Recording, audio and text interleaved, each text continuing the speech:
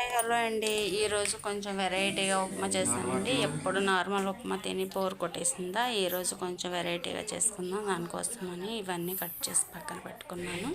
పక్కన పెట్టుకొని కళాయి పెట్టుకొని ఆయిల్ వేసుకొని తాలింపు జీలకర్ర వేసుకొని బాగా ఫ్రై అయిన తర్వాత ఒక గుప్పెడు పొడి వేసుకొని బాగా ఫ్రై చేసుకొని బాగా ఫ్రై అయిన తర్వాత మనం ఇవన్నీ ఉల్లిపాయ పచ్చిమిరపకాయ టమాటా క్యారెట్ అన్నీ కట్ చేసుకొని కరివేపాకు అన్నీ ఫ్రై చేసుకోవాలి. బాగా ఫ్రై అయిన తర్వాత ఉల్లిపాయ బాగా మగ్గిన తర్వాత కొంచెం మూత పెట్టండి, మగ్గుతుంది. మగ్గిన తర్వాత మనం వాటర్ తీసుకోవాలి. 1 కప్పు రవ్వకి 3 కప్పుల వాటర్ చొప్పున వాటర్ తీసుకున్నాను.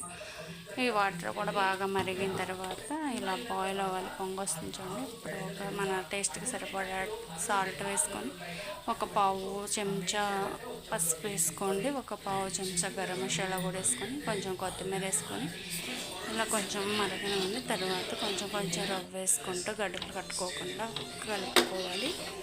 కలుపుకున్న తర్వాత ఇలా దగ్గరకు వచ్చిన తర్వాత ఒక నిమిషం అలా మూత పెట్టండి. మూత పెడితే లోపల పలుకు మగ్గిపోతుంది. మగ్గిపోయిన తర్వాత మన దగ్గర ఉంటే ఒక స్పూన్ కానీ 2 స్పూన్లు కానీ నెయ్యి పైన అలా వేసుకోండి. అలా వేసుకుంటే టేస్ట్ చాలా బాగుంటుంది. ఇలా చేస్తే మా పిల్లలకి చాలా ఇష్టం.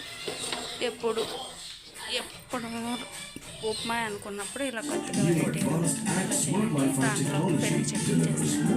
ఉల్లిపాయలు కట్ చేసి పెరుగులో కలిపేసి ఉప్పేసి కలిపేసాను.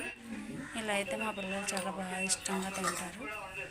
ఎప్పుడు ఉప్మా అని బోర్ కొట్టేసినప్పుడు కొంచెం వెరైటీగా ఇలా చేసి పెట్టండి, చాలా బాగుంటుంది. నచ్చితే లైక్ చేయండి ప్లీజ్.